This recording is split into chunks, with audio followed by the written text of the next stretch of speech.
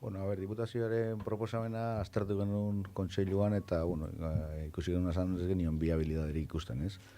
Ez viabilidade juridikorik, ez viabilidade regulatoriorik, eta batez ere ez genion zentzurik ikusten, bueno, kutxak bere patrimonio denea banatzea diputazio eta beste udaletxeen artean, ez?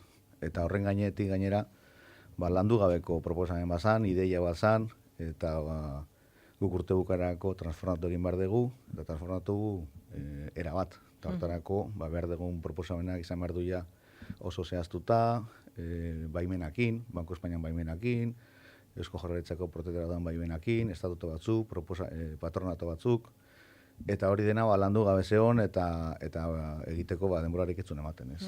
Orduan, behaiek beste proposamen bat balima daukate, esan genuen esan nahizu.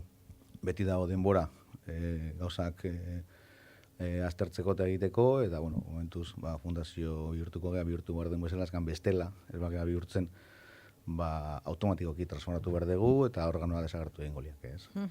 Hortaz zehaztapena falta zitzaion, eta esaten duzu juridikoki etzela bideragarria, baina legez kanpokoa zen?